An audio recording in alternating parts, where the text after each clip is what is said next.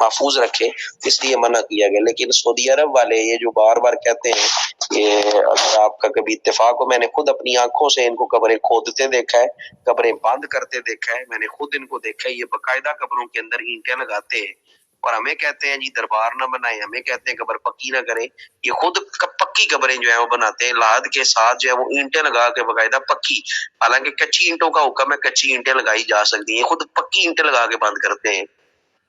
اور اگر ہم یہاں پہ دربار بنانے کہتے ہیں جی مشرک ہو گئے ہیں جی، یہ تو یہ قبروں کے اوپر پکی قبریں بنا دیتے ہیں، تو قبر جو ہے وہ کچی ہونی چاہیے، یہ ہونا چاہیے، وہ ہونا چاہیے، یہ سارے ان کے عجیب سے معاملات۔ جس طرح آپ چلے جاتے ہیں جنت البقیع میں چلے جائیں، کبھی آپ کا اتفاق ہو دیکھنے کا، تو اندر انہوں نے نیچے جو ہے وہ پکا کیا ہوا ہوتا ہے سارا کام، اوپر انہوں نے اس طرح جب پتھر لگائے ہوئے ہوتے ہیں کہ بہت بڑے ایمان والے، بہت بڑے یہ مواحد ہیں۔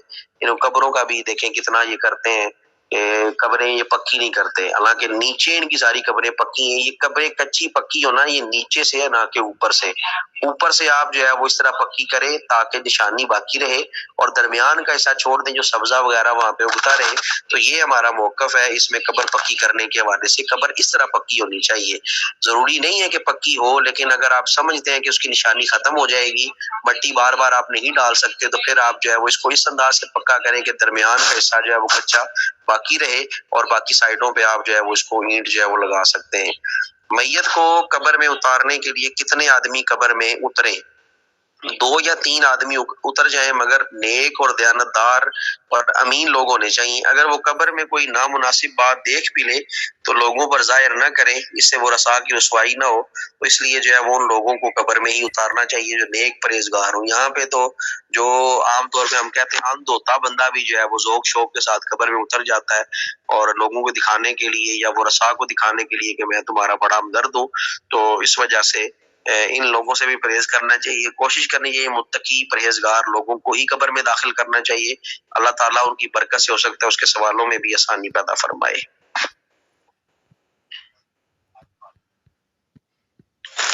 یہ بیٹے ایک راز ہوتا ہے، ایک پردہ ہوتا ہے اللہ تعالیٰ کا، تو اس پردے کو فاش نہیں کرنا چاہیے کبھی بھی۔ اگر کوئی بندہ چیز دیکھ لیتا ہے تو ایک تو عبرت کے لیے ہے، ایک تو عبرت حاصل کرنے کے لیے، اگر وہ نیت عبرت کی ہے تو پھر تو آپ اس کو جو ہے وہ کر سکتے ہیں تاکہ لوگ جو ہے وہ اپنے اعمال سے، لیکن اگر ان کو رسوا کرنا مقصود ہے یا ان کو ذلیل کرنا، اس کے وہ رسا کو تنگ کرنا یا اس کے وہ رسا کو اس حوالے سے بلیک میل کرنا جو ہے وہ مقصود ہے، تو پھر قطعاً جو ہے وہ اس چیز کی اجازت نہیں ہے۔ بہرکیف جو مسلمانوں کی قبریں ہیں یہ اللہ کا خصوصی فضل اور کرم ہے، یہ خصوصی فضل و کرم ہے۔ مسلمانوں کی قبر میں اس طرح کے کبھی بھی معاملات یا اس طرح کبھی بھی چیز جو ہے وہ نظر بظاہر نہیں آتی سامنے، اس طرح نہیں ہوتا۔ بہت کم جو ہے وہ بہت ہی گیا گزرا ہو تو پھر ہی ہے کوئی اللہ تعالیٰ اپنی قدرت کاملہ دکھاتا ہے، ورنہ اللہ تعالیٰ اس امت پہ صدیوں سے جو ہے وہ پردہ ڈالے آ رہا ہے اور پردہ ڈالتا رہے گا۔ اور نبی پاک صلی اللہ علیہ وآلہ وسلم کا یہ تصدق ہے، یہ آپ کا صدقہ ہے کہ ہمیں اللہ تعالیٰ نے جو ہے وہ ہر عیبوں سے جو ہے وہ پردے میں رکھا ہوا ہے، اور ہم گناہ کرتے بھی ہیں لیکن اللہ تعالیٰ پردے ڈال دیتا ہے۔ اللہ تعالیٰ ہم سب کو معاف فرمائے، اللہ تعالیٰ ہم سب کے صغیرہ کبیرہ گناہوں کو معاف فرما کے ہمیں نیک اعمال کرنے کی توفیق عطا فرمائے۔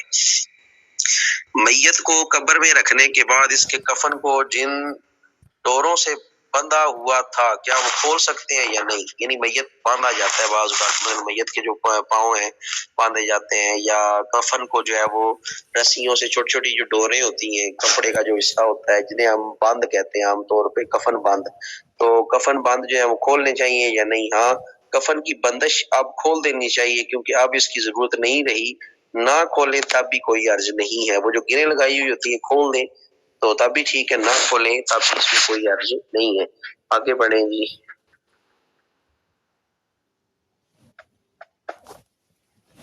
یہ سوال چھوڑ تو نہیں دیے میں نے کہیں پیچھے؟ پچھلے سوال پہ جائیں، پچھلے پیج پہ 149 پہ وہ مکمل ہو گیا تھا۔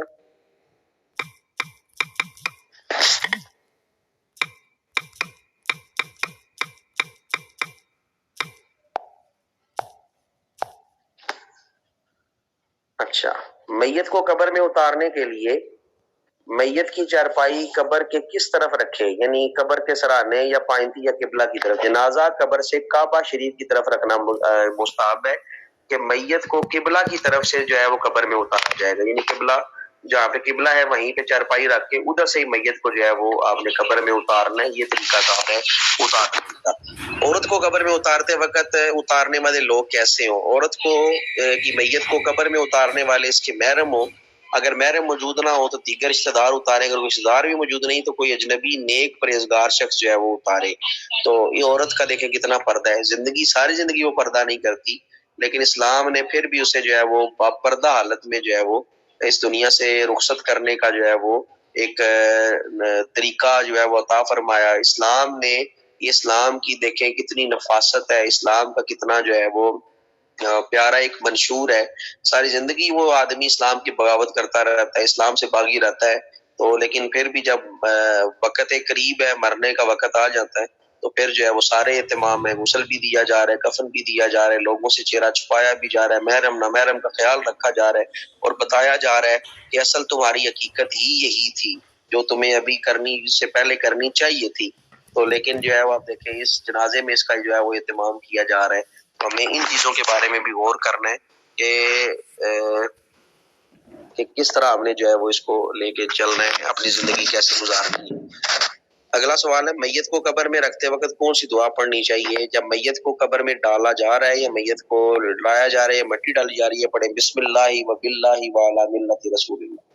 بسم اللہ و باللہ وعلی ملت رسول اللہ. یہ اپنے گھروں میں بتائیں. جو مرد حضرات جا کے قبرستان میں کھدائی کرتے ہیں یا مٹی وغیرہ جب وہ میت دفنا کے ڈال دی جاتی ہے، پڑیاں ڈالی جاتی ہیں، تو اس وقت یہ لازمی پڑھ رہے ہیں وہ سارے بسم اللہ و باللہ وعلی ملت رسول اللہ. اور بعض نے فی سبیل اللہ بھی کہا ہے، بسم اللہ کے بعد وفی سبیل اللہ بھی آیا ہے، بسم اللہ وفی سبیل اللہ وعلی ملت رسول اللہ. میت کو قبر میں کس طرح لٹائیں؟ میت کو قبر میں دائنی کروٹ میں لٹائیں اور اس کا منہ کعبہ شریف کی طرف کر دیں، یعنی دائیں طرف جو ہے وہ لٹائیں، یعنی تھوڑا سا جو ہے وہ بوجھ اس کا دائیں طرف ہونا چاہیے. اگر اس طرح ممکن نہیں ہے تو پھر جو ہے وہ اس کو آپ جو ہے وہ اس کا منہ دائیں طرف جو ہے وہ کریں. بعض یہ کہتے ہیں کہ بالکل جو ہے وہ کندھا جو ہے وہ اوپر آسمان کی طرف بایاں اور جو دایاں کندھا ہے وہ زمین کی طرف لگا ہو، اس طرح جو ہے وہ لٹائیں. لیکن بہتر یہی ہے کہ ان کو سر لٹا کے ان کا منہ جو ہے وہ دائیں طرف کر دینا چاہیے. اگر میت کا منہ کعبہ کی طرف کرنا بھول جائیں تو کیا کریں؟ اگر لحد پر صرف تختہ ہی لگایا ہے اور اوپر مٹی نہیں ڈالی کہ یاد آ گیا تو تختہ ہٹا کر منہ کعبہ شریف کی طرف کر دیں. لیکن اگر مٹی ڈال دی اور پھر یاد آیا تو اب نہیں. اس طرح اگر میت کو بائیں کروٹ رکھ دیا یا اس کے پاؤں ادھر ادھر کے جو ہے وہ کر دیے، سراہنا جہاں پہ ہونا چاہیے تھا وہاں پہ پاؤں کر دیے، تو اس کا بھی یہی حکم ہے کہ اگر مٹی نہیں ڈالی تو آپ وہ پڑیاں ہٹا کے اس کے جسم کو درست کر دیں، اور اگر پڑیاں ڈال دی ہیں تو پھر دوبارہ مٹی ڈال دی ہے تو پھر قبر کو دوبارہ کھولنے کی اجازت نہیں ہے. آج کا جو ہے وہ آخری سوال آپ نے کر لیا پہلے ہی کہ میت کو قبر میں رکھنے کے بعد اس کے کفن کی ڈوروں کا کیا کرنا ہے. وہ ڈوریں جو ہے وہ کھول دینی ہے، کھول دیں تب بھی کوئی حرج نہیں ہے، نہ کھولیں تب بھی کوئی حرج نہیں ہے. اس حوالے سے اگر کسی کا کوئی سوال ہے تو کریں، اور آج ہم اتنا ہی پڑھیں گے.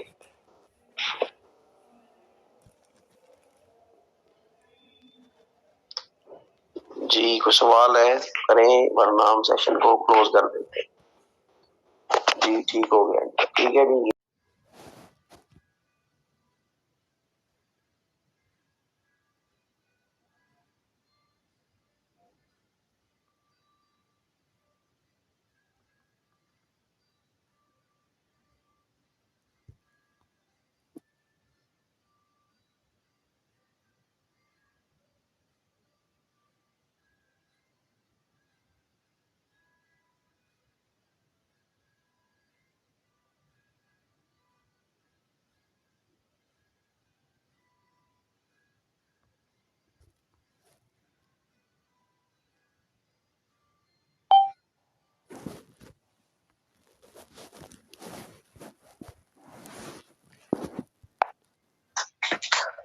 اعوذ باللہ السمیع العلیم من الشیطان الرجیم. بسم اللہ الرحمن الرحیم. رب اشرح لی صدری ویسر لی امری واحلل عقدۃ من لسانی یفقهوا قولی. رب زدنی علما رب زدنی علما رب زد فزد آمین ثم آمین. السلام علیکم ورحمۃ اللہ وبرکاتہ. آج کے چند سوالات ہیں. کیا میت کو قبر میں اتارتے وقت قبر کو کپڑے سے چھپائے رکھنا چاہیے؟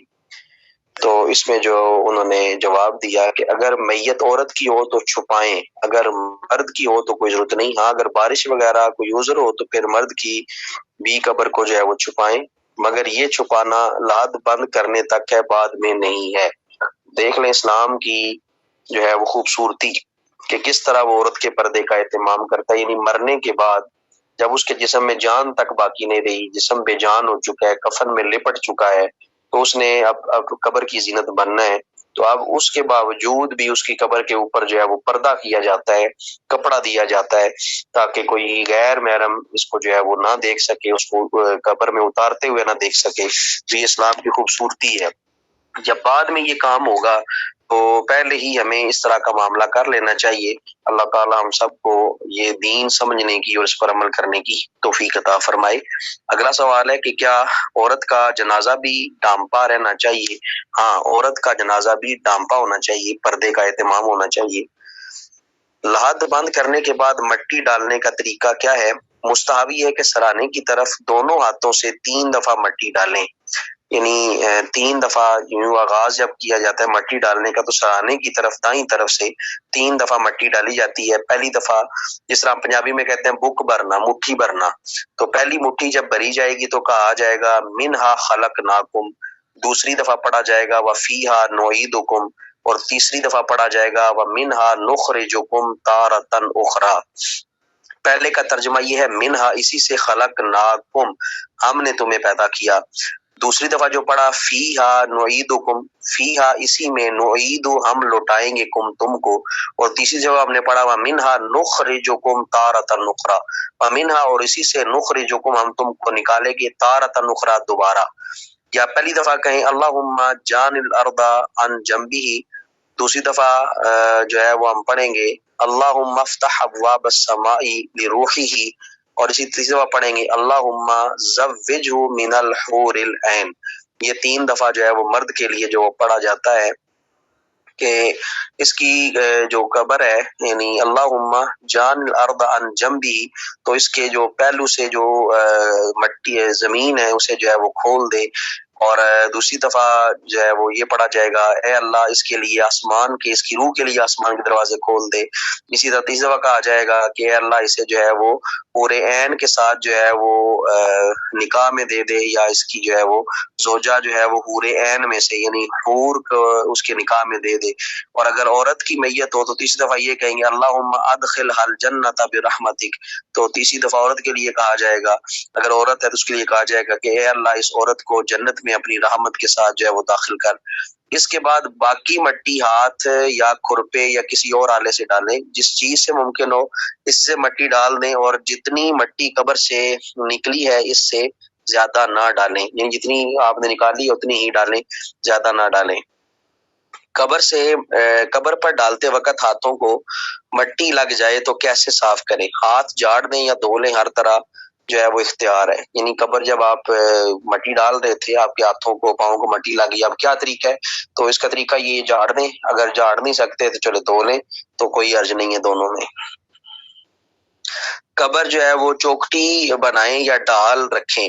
چوکٹی نہ رکھیں بلکہ اونٹ کی کوہان کی طرح ڈال رکھیں۔ چوکٹی ہوتا ہے بالکل چاروں طرف سے برابر کر دینا، جس طرح ہم جو ہے وہ کسی چیز کے اوپر جو ہے وہ برابر کرنے کے لیے کوئی چیز لکڑی وغیرہ پھیر دیتے ہیں برابر ہو جائے، اس طرح نہیں برابر کرتے بلکہ اونٹ کی کوہان کی طرح اس کو جو ہے وہ بناتے ہیں، جس طرح ہم ایک قبر ہماری بنتی ہے۔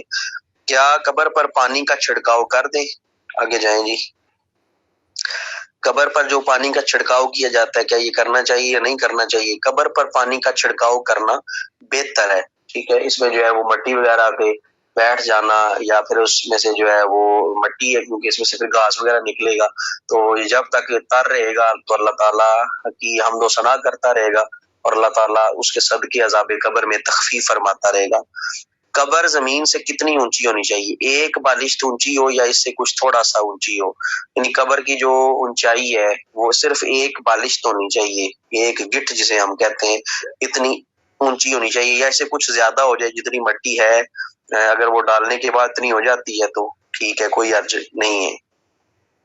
یہ بالکل اونچی نہیں ہونی چاہیے کہ انسان کے قد کے برابر ہو جائے، یا جو کھڑے ہیں ان کے سینے تک جو ہے وہ اتنی اونچی قبر بنا دیں، ایسا جو ہے وہ درست نہیں ہے۔ اگر بحری جہاز میں انتقال ہو جائے اور سمندر کا کنارہ قریب نہ ہو تو پھر میت کو کیسے دفن کریں؟ میت کو غسل دیں، کفن پہنائیں، نماز جنازہ پڑھیں اور سمندر میں اتار دیں۔ یعنی میت کو غسل دیں، دینے کے بعد کفن پہنائیں، نماز جنازہ پڑھیں اور پھر سمندر میں اتار دیں۔ اگر کنارہ کا امکان جو ہے وہ موجود نہیں ہے، کنارہ دور ہے اور وقت لگے گا، تو جو ہے وہ اس کو جو ہے وہ اسی طرح پانی میں اتار دیں۔ تو یہ مسئلہ بھی جو ہے وہ شریعت ہی کا مسئلہ ہے کہ سپرد کر دینا جو ہے وہ جلد از جلد سپرد کرنا، تاکہ اس کے معاملات جو ہے وہ جلد از جلد طے کیے جائیں۔ یعنی اس کو جو ہے وہ اس طرح سپرد کیا جائے گا جس طرح آپ مٹی کے جو ہے وہ اس کو سپرد کرتے ہیں۔ کیا قبر کو پختہ کرنا جائز ہے؟ اندر سے پختہ کرنا جائز نہیں ہے۔ ہاں، اگر اندر سے کچی ہو اور اوپر نشان پختہ کر دیا جائے تو اس میں جو ہے وہ کوئی حرج نہیں۔ ہاں جی، سمندر میں جو ہے وہ بہا دیا جاتا ہے، ٹھیک ہے۔ تو یہ جو زیادہ تر ڈیوٹی سمندر پہ یا پانیوں پہ ہے لاشوں کی، وہ حضرت خضر علیہ السلام کی، میں نے پہلے بھی آپ کو ایک دفعہ بتایا تھا کہ جو پانی میں ڈوب کے لوگ مرتے ہیں تو ان کو، جن کو پانی جو ہے وہ لے لیتا ہے، تو ان کی جب وہ قبر وغیرہ بنائی جاتی ہے یا ان کو دفن کیا جاتا ہے تو وہ قبر میں ان کے جسم، ان کے جسد نہیں رکھے جاتے۔ یہ ایک حدیث پاک بھی ہے۔ ایک صحابی رضی اللہ تعالیٰ عنہ، آپ ایک سمندری سفر پہ تھے تو آپ کیا دیکھتے ہیں، اچانک ایک جو ہے وہ سامنے ایک خوبصورت سا سمندر کے اندر ایک جزیرہ سا بنا ہوا ہے، وہاں پہ خوبصورت سا محل ہے۔ آپ جو ہے وہ وہاں پہ داخل ہو گئے، کیا دیکھتے ہیں وہاں پہ کوئی پہرا دار بھی کوئی نہیں ہے، بالکل خالی اور خوبصورت بنا ہوا ہے۔ تو جب آپ اندر جاتے ہیں تو کیا دیکھتے ہیں کہ وہاں پہ جو ہے وہ جسم ہی جسم جو ہے وہ پڑے ہیں، لاشیں پڑی ہوئی ہیں۔ یعنی جس طرح عام طور پہ کہہ لیں درازوں میں پڑی ہوتی ہے، اس طرح کی جگہ بنی ہوئی تھی، ان کے اندر جو ہے وہ جسم جو ہے وہ رکھے گئے تھے۔ تو جو ہی وہ صحابی گھبرا کے باہر نکلتے ہیں تو آگے ایک شخصیت کھڑی ہوتی ہے اور ان کے ساتھ تعارف ہوتا ہے، تو آپ فرماتے ہیں کہ یہ ذکر کسی سے نہ کرنا، اور اللہ تعالیٰ تمہیں یہ جگہ جو ہے وہ بلا دے، تمہیں یاد نہ رہے۔ تو اتنے میں گھبرا کے وہ واپس پلٹتے ہیں، اپنی کشتی میں بیٹھتے ہیں۔ تو نبی پاک صلی اللہ علیہ وسلم تک جب وہ پہنچتے ہیں تو نبی پاک صلی اللہ علیہ وسلم سے عرض کرتے ہیں، یا رسول اللہ صلی اللہ علیہ وسلم، میں سفر پہ تھا، سمندری سفر پہ، تو میں نے ایک اس طرح جو ہے وہ جزیرہ دیکھا، وہاں پہ جو ہے وہ میں نے اس طرح میتیں دیکھی اور ایک بزرگ دیکھے جو کہتے ہیں کہ اللہ تمہیں بلا دے، اور مجھے وہ جگہ بلا دی گئی ہے کہ وہ جگہ کہاں پہ ہے۔ تو نبی پاک صلی اللہ علیہ وآلہ وسلم نے غالباً ارشاد فرمایا، یا انہوں نے اس کا مفہوم نقل کیا ہے کہ یہ جتنے بھی پانی میں ڈوب کے مرنے والے شہداء ہیں، حضرت خضر علیہ السلام ان کو اپنی قبر میں نہیں رہنے دیتے، ان کو اٹھاتے ہیں اور اس محل کی طرف جو ہے وہ لے جاتے ہیں۔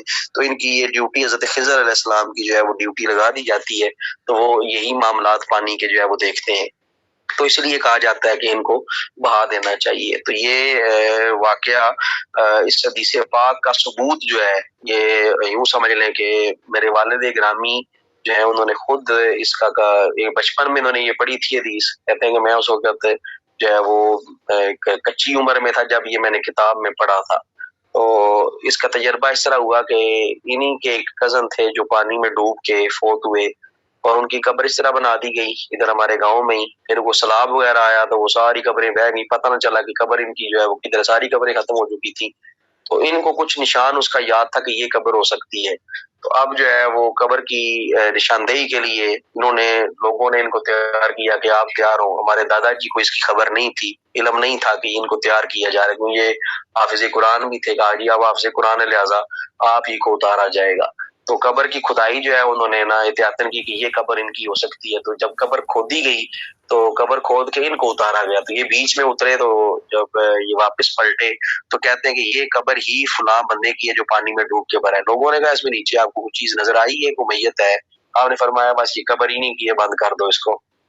بند کر دیا گیا۔ یہ معاملہ جب ہمارے دادا جی تک پہنچا تو ہمارے ابو کہتے ہیں کہ مجھے مار بھی پڑی تھی اس پہ کہ تم نے اللہ تعالیٰ کے جو راز ہیں ان میں دخل اندازی کی ہے۔ تو لیکن دیکھا تم نے کیا ہے؟ دیکھا، یہ کہتے ہیں کہ بالکل قبر صاف ہے، جھاڑو دیا ہوا ہے اور بالکل صاف ستھری قبر ہے، یعنی جس طرح عام گھروں میں جو پرانے جس طرح وہ لے لگے ہوئے ہوتے ہیں نا مٹی کے، اور قبر بالکل صاف شفاف ہو، یا گھر صاف ہوتے تھے، دیواریں صاف ہوتی، اس طرح کر کے وہ قبر تھی۔ تو اس میں اندر نیچے کوئی لاش نہیں تھی۔ آپ کہنے لگے کہ مجھے یقین ہو گیا یہ اسی قبر ہے، کیونکہ میں نے خود حدیث پڑھی تھی کہ حضرت خضر علیہ السلام اس میت کو پھر اس قبر میں نہیں رہنے دیتے، اٹھا کے اپنے اس مقام پہ لے جاتے ہیں جو اللہ تعالیٰ نے مقرر کیا ہوا ہے۔ تو یہ اس لیے پانی میں بہا دی جاتی ہے، ڈیوٹی حضرت خضر علیہ السلام کی لگائی جاتی ہے۔ آگے جی پختہ کرنا قبر کو بتا دیا کہ اندر سے پختہ نہیں کرنا چاہیے، اگر اندر کچی ہے تو پھر اوپر نشان پختہ کر دیا جاتا ہے تو اس میں کوئی حرج نہیں ہے، تاکہ پتہ چلتا رہے کہ یہ قبر ہے۔ کیا بزرگان دین، علماء کرام، سادات کرام کی قبروں پر مزارات بنانا جائز ہے؟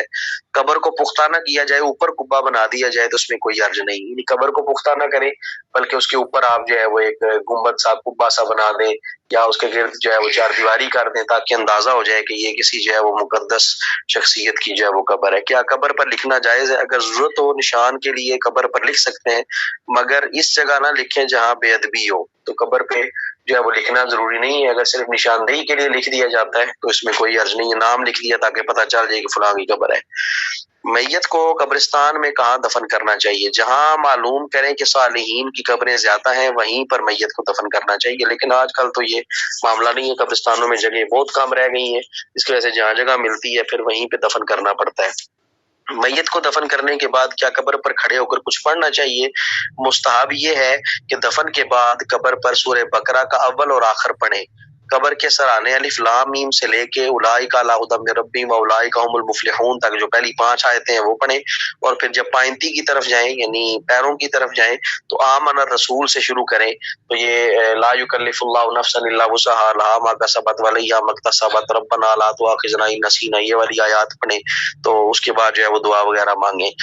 تو یہ ایک مستحب عمل ہے، کیونکہ سورہ بقرہ کی تلاوت سے جو ہے وہ قبر کی وحشت جو ہے وہ دور ہوتی ہے، اور جو قبر والے کو وحشت محسوس ہو رہی ہوتی ہے وہ قرآن کی برکت سے دور ہو جاتی ہے، تو وہ اس سے انس جو ہے وہ کرتا ہے۔ دفن کرنے کے بعد قبر پر کتنی دیر کھڑا رہنا چاہیے؟ مستحب یہ ہے کہ جتنی دیر میں اونٹ ذبح ہوتا ہے اس کی کھڑڑی اتار کے گوشت بنایا جاتا ہے اتنی دیر تک جو ہے وہ قبر پر جو ہے وہ کھڑا رہنا چاہیے، تاکہ میت کو اس سے انس رہے، اور منکر اور نکیر جو سوالات کرتے ہیں ان کے سوالات میں جو ہے اس کے لیے آسانی ہو۔ تو یہ آج کے چند سوالات آپ نے پڑھے ہیں، ان سوالات کو سمجھیں، مسائل کو سمجھیں جو حدیث پاک آپ کو سنائی ہے، اس پر بھی آپ تھوڑا سا غور کریں۔ اللہ تعالیٰ آپ کا حامی و ناصر ہو۔ السلام علیکم ورحمۃ اللہ وبرکاتہ۔ بسم اللہ الرحمن الرحیم۔ رب اشرح لی صدری ویسر لی امری واحلل عقدۃ من لسانی یفقہوا قولی، رب زدنی علما رب زدنی علما رب زد فزد آمین ثم آمین۔ السلام علیکم ورحمۃ اللہ وبرکاتہ۔ اللهم صل على سيدنا ومولانا محمد بعدد كل ذرة مئة ألف ألف مرة وعلى آله وأزواجه وآبائه وصحبه وبارك وسلم وصل علیہ۔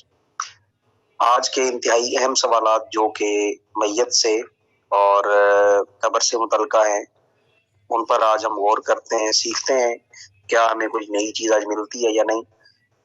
آج کا پہلا سوال ہے، کیا ایک قبر میں ایک سے زیادہ میت دفن کر سکتے ہیں؟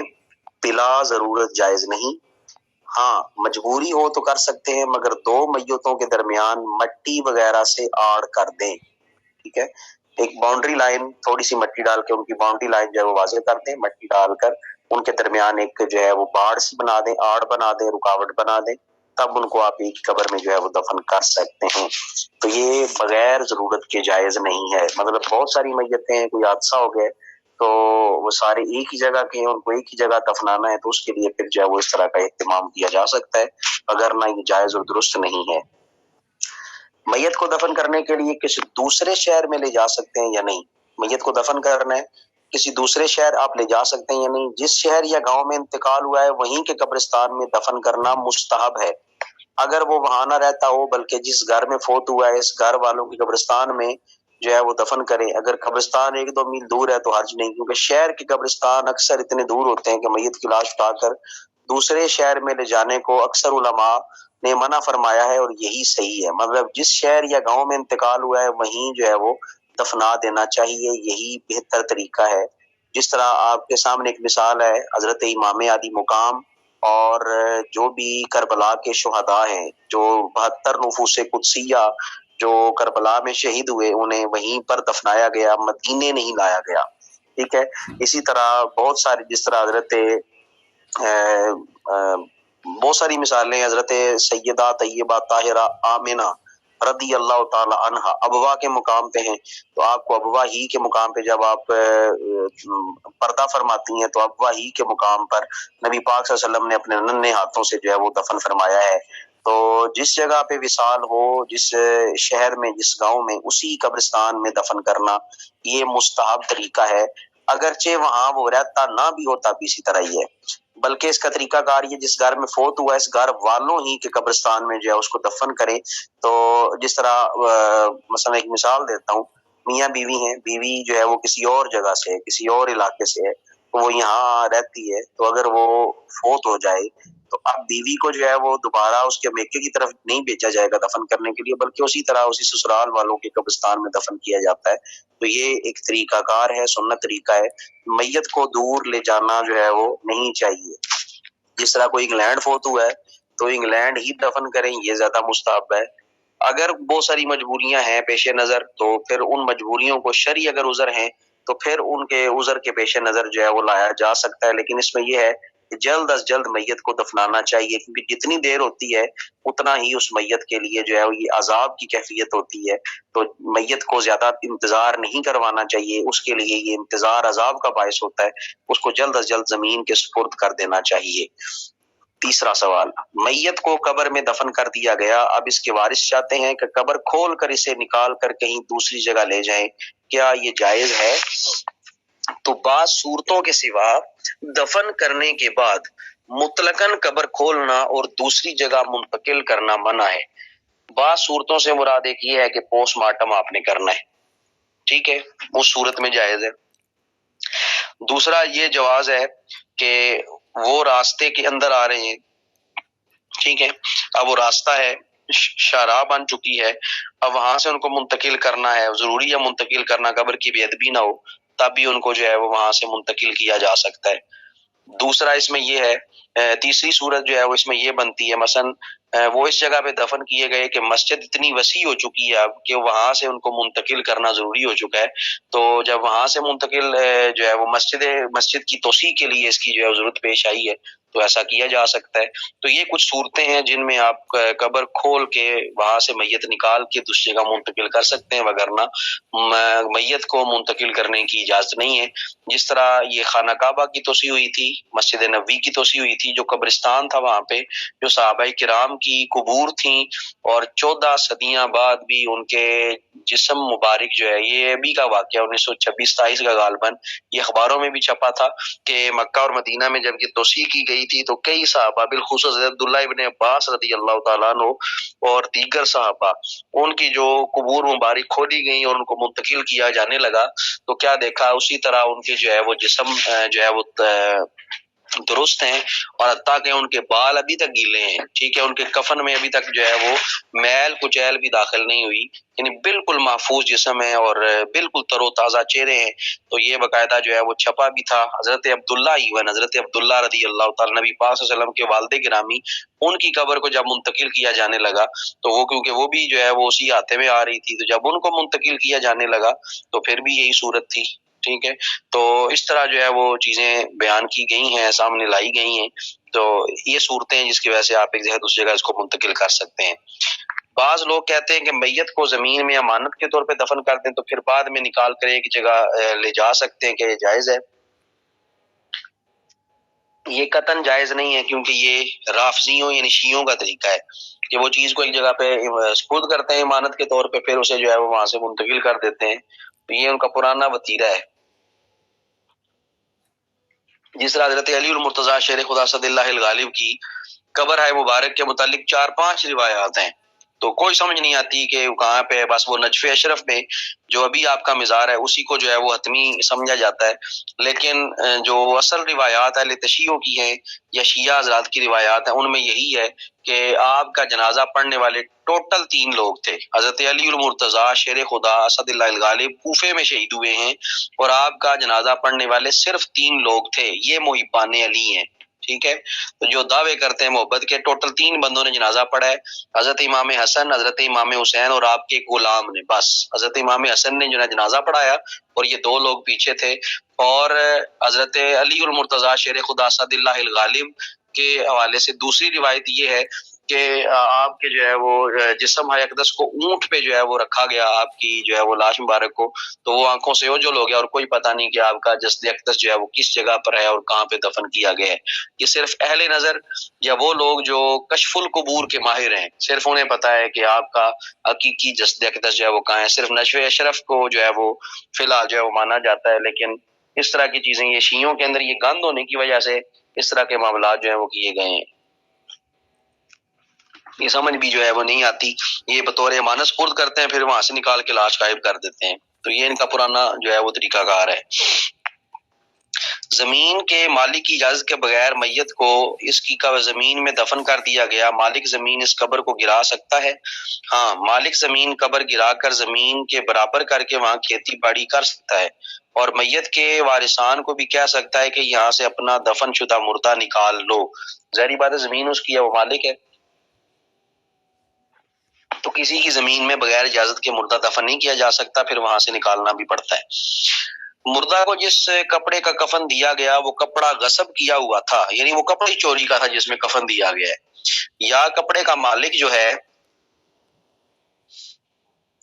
وہ جو ہے وہ مردہ نکلوا کر کپڑا کفن واپس لے سکتا ہے؟ ہاں، وہ ایسا کر سکتا ہے، بالکل، یعنی کپڑے ہی غصب کا ہے، چوری کا مال ہے، تو وہ اسے پتا ہے کہ اس نے مردے کو پہنا دیا ہے، چاہے تو معاف کر دے، لیکن اگر وہ قبر کھلوا کے وہ کپڑا نکلوا بھی لیتا ہے اس کے لیے جائز ہے، کیونکہ وہ اس چیز کا مالک ہے۔ تو یہ مسئلہ شرعی بتایا جا رہا ہے، ہوتا اس طرح نہیں ہے، لیکن شرعی مسئلہ ایک سمجھایا جا رہا ہے کہ اسلام جو ہے وہ کس طرح برابری کا اور عدل و انصاف کا حکم دیتا ہے۔ قبرستان کی جگہ مسلمانوں کی میت کی قبروں کے لیے وقف ہے، اس میں کسی نے اپنے میت کے لیے قبر کھدوائی، جب قبر تیار ہو گئی تو اور لوگ آ کر اس قبر میں اپنی میت دفن کرنا چاہتے ہیں، کیا یہ ان کے لیے جائز ہے؟ اگر قبرستان میں اور جگہ ہے تو یہ ان کے لیے مکروہ ہے، مطلب دو فوتگیاں ہو گئی ہیں، ایک نے قبر کھدوائی ہے کہ میں نے یہاں دفن کرنا ہے اپنا، دوسری پارٹی آتی ہے وہ ہم نے یہاں پہ دفن کرنا ہے، تو دفن کر بھی دیتے ہیں یا دفن کرنا چاہتے ہیں، تو یہ ان کے لیے مکروہ ہے بحث کرنا، کیونکہ ایک وقف ہے، اور یہ وقف کی گئی زمین ہوتی ہے قبرستان کی، جو حاصل گاؤں میں اکثر یہ دیہاتوں میں اس طرح کا ہوتا ہے معاملہ، تو قبرستان جو گاؤں کے ہیں وہ وقف شدہ ہوتے ہیں، تو ان میں جو ہے وہ اگر کوئی کسی جگہ پر بھی اپنی مرضی سے کرتا ہے تو اس میں کوئی حرج نہیں ہے، لیکن یہ ہے کہ اس کی جگہ پر پھر جو ہے دوسرا بندہ جو ہے وہ کہے نہیں نہیں میں نے ادھر کھدوانی تھی تم نے کیوں کھدوائی ہے، تو یہ چیز غلط ہے، تو اس چیز کو جو ہے وہ دیکھنا چاہیے، لیکن ایک ترتیب ہونی چاہیے قبرستانوں میں، خاص کر ترتیب سے قبریں کھودی جائیں تاکہ باقیوں کے لیے جگہ بن سکے۔ اگر وہ قبر کھدوانے والے کی اجازت کے بغیر اپنی میت دفن کریں تو کیا قبر تیار کرانے والا اس میت کو نکلوا سکتا ہے؟ صرف قبر تیار کروانے کا خرچہ لے سکتا ہے، میت نہیں نکلوا سکتا، کیونکہ یہ وقف عام ہے، کسی نے دفنا دیا تو ٹھیک ہے، اب جو ہے وہ جھگڑا بن گیا تو اب اس کو یہ نہیں نکال کے جو اپنا مردہ وہیں پہ دفنانا ہے، تو یہ فضول کی ضد ہے کہ میں نے جو ہے وہ اس کو اپنے والد کے ساتھ یا والدہ کے ساتھ دفنانا ہے، والدہ کے قدموں میں جگہ دینی ہے تو والد کے قدموں میں جگہ دینی ہے، ساری زندگی پوچھنا نہیں ہے، لیکن مرد یا والدین کے جو ہے وہ سرانے یا والدین کی پائیدگی میں یہ دائیں بائیں ضرور دفن کرنا ہے، ٹھیک ہے، تو یہ بھی ہمارا ایک المیہ ہے، میں اس کو پنجابی میں عام طور پہ کہتا ہوں یہ ہمارے چونچلے ہیں، ٹھیک ہے، تو اس طرح کر دیں، تو دادے کے ساتھ دفنا دیں تو دادی کے ساتھ دفنا دیں، کچھ بھی نہیں ہے، ٹھیک ہے، قبرستان جو ہے وہ کوشش یہ کریں کہ کسی نیک پرہیزگار کے ساتھ جو ہے وہ قبر بنے تاکہ اس کے صدقے اللہ تعالیٰ جو ہے وہ بخشش فرماتا رہے۔ اس کے بعد اگلا سوال ہے، عورت کی میت کو ایک وارث نے زیور سمیت دفن کر دی ہے، دفن ہو جانے کے بعد دوسرے وارث بھی پہنچ گئے، اب وہ دوسرے وارث چاہتے ہیں قبر کھول کر زیورات نکال لیے جائیں، تو ایسا کر سکتے ہیں، اب وہ قبر کھول کر زیورات نکال سکتے ہیں، انہیں قبر کھودنے کی اجازت ہے، ظاہری بات ہے مال ہے، جس طرح حضرت عبداللہ ابن عباس کی انگوٹھی گر گئی تھی جب نبی پاک صلی اللہ علیہ وسلم کو آپ جو ہے وہ روزہ اطہر میں آپ اتار رہے تھے، تو اس وقت آپ کی انگوٹھی گر گئی، تو جب آپ کی انگوٹھی گری تو پھر آپ نے حضرت ابوبکر، حضرت عمر وغیرہ غیر محاسن سے پھر جو ہے اجازت طلب کی کہ میری انگوٹھی گر گئی ہے اس کے اندر، تو میں دوبارہ جو ہے وہ جاننا چاہتا ہوں، حضرت علی المرتضیٰ سے بلکہ اجازت دی گئی تھی، تو آپ نے فرمایا ٹھیک ہے لے لیں، تو جب آپ دوبارہ اندر گئے تو آپ فرماتے ہیں کہ نبی پاک صلی اللہ علیہ وسلم کے لب حی اقدس ہل رہے تھے، اور میں نے جب کان لگا کے سنا تو آپ فرما رہے تھے رب حب لی امتی، رب اغفر لی امتی، یا اللہ میری امت کا معاملہ میرے سپرد کر دینا اور میری امت کی بخشش فرمانا، تو مطلب کوئی قیمتی چیز گر جاتی ہے تو اس کو نکال لینا چاہیے۔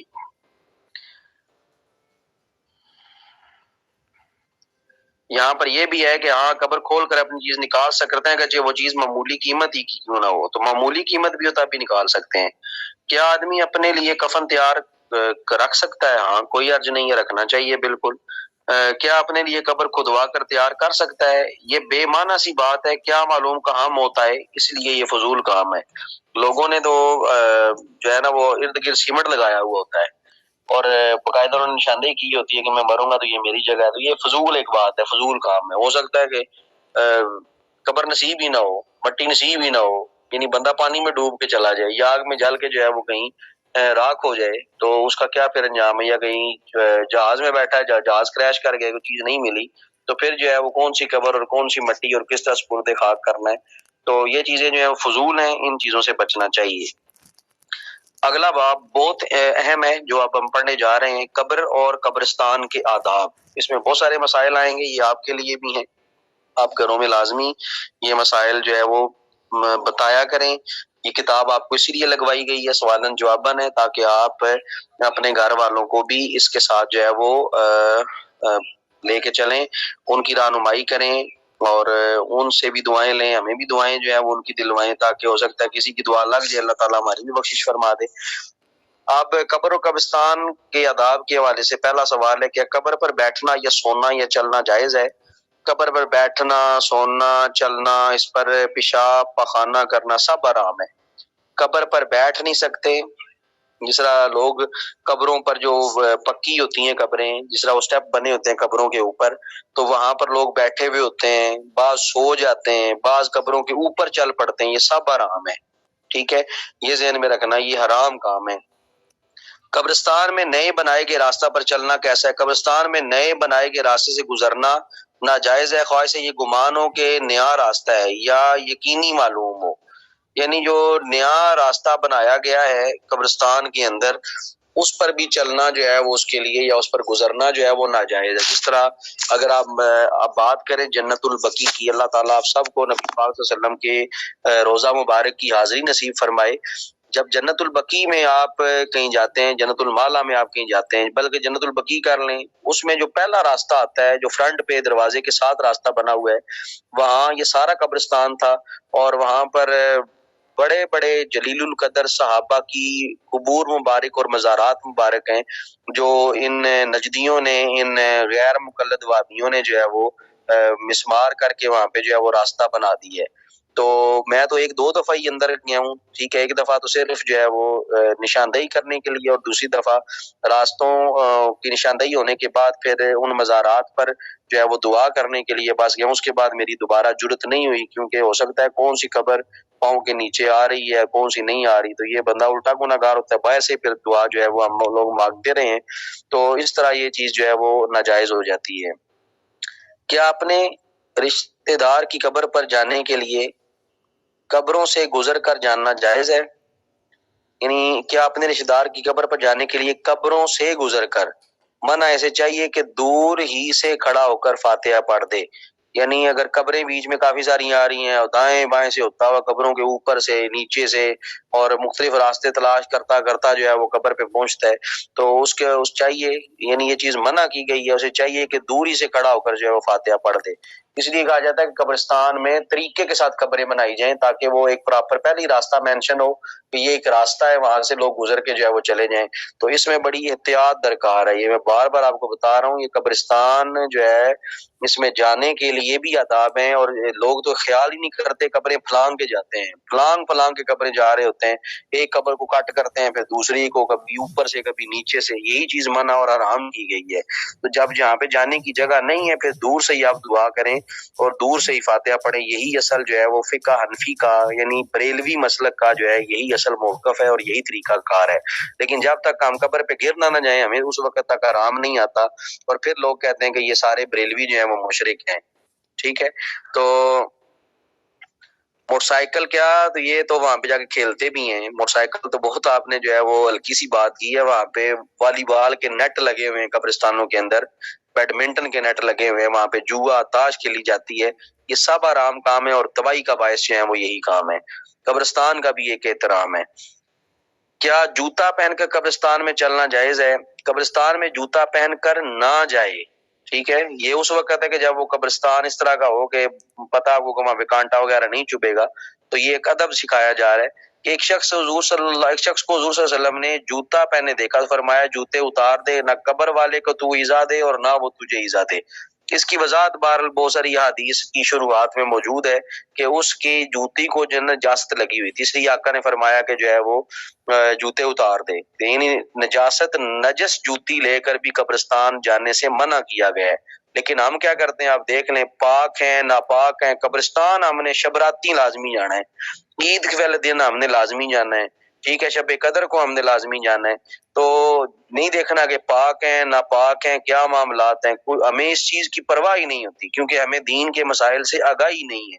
تو وہاں پر ناپاک جوتا نہیں لے کے جانے کی اجازت، تو کس طرح یہ چراغ لے کے جانے کی اجازت ہے، کس طرح آگ لے کے جانے کی اجازت ہے، مجھے سمجھ نہیں آئی. یہ اگر بتیاں جلانا، موم بتیاں وہاں پہ جو ہے وہ لگانا، یہ قطعاً ان چیزوں کی اجازت نہیں. جو شریعت آپ کو ایک گندا جوتا قبرستان کے اندر لے کے جانے کی اجازت نہیں دے رہی، وہ آپ کو کس طرح اس طرح آرام کام کرنے کی وہاں پہ اجازت دے گی.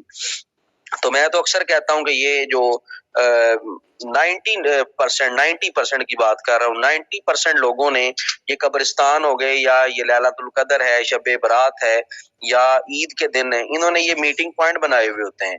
تو یہ قبرستان ہے، میٹنگ پوائنٹ نہیں ہے. تو یہ چیزیں دیکھی گئی ہیں، کہی گئی ہیں، سامنے آئی ہیں، تو بہت سارے معاملات واضح ہوئے ہیں. لیکن جو ہے وہ ہمیں ان چیزوں کا بھی ادب اور آداب کا لحاظ رکھنا چاہیے. آگے کیا ہے جی، کیا قبر پر قرآن مجید پڑھنے کے لیے حافظ قرآن مقرر کرنا جائز ہے؟ ہاں جائز ہے، جبکہ پڑھنے والے اجرت پر نہ پڑھتے ہوں. اجرت پر قرآن مجید پڑھنا اور پڑھوانا ناجائز ہے. لیکن اب کیا کریں، یہ بھی ایک مسئلہ ہے. اب خود نہیں پڑھنا، آپ حفاظ کرام کو لگا دینا. یعنی والد اپنا فوت ہوا ہے، والدہ اپنی فوت ہوئی ہے، خود نہیں پڑھنا بلکہ دوسروں کو لے آنا ہے. اور دوسروں کو اتنی ہمدردی نہیں ہوتی، یہ بعض بسم اللہ کا قرآن بھی پڑھ دیتے ہیں، یہ انگلی پھیرتے جائیں گے بسم اللہ الرحمن الرحیم بسم اللہ، پورا قرآن پڑھ دیں گے اور کہیں گے بسم اللہ والے پورے قرآن کا سوا. تو یوں بھی ہوتا ہے. تو اس طرح پڑھائے جاتے ہیں قرآن. یہ خود آپ پڑھیں، خود اصالہ ثواب کریں، اس کا ایک اجر اپنا ہے. تو لازمی نہیں کہ قبر پہ بیٹھ کے پڑھیں تو ثواب ہوگا، گھر بیٹھ کے اصالہ ثواب کریں وہ پہنچے گا، بالکل پہنچے گا. کیا شجرہ یا عہد نامہ قبر میں رکھنا جائز ہے؟ رکھ سکتے ہیں، اور بہتر یہ ہے کہ میت کے منہ کے سامنے کعبہ شریف کی جانب جگہ کھود کر اس میں رکھیں. بلکہ در مختار میں کفن پر عہد نامہ لکھنے کو جو ہے وہ جائز کہا گیا ہے.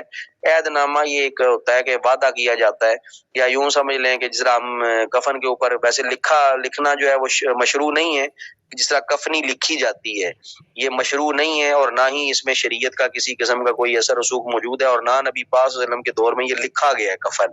لیکن لکھا جا سکتا ہے، جواز موجود ہے.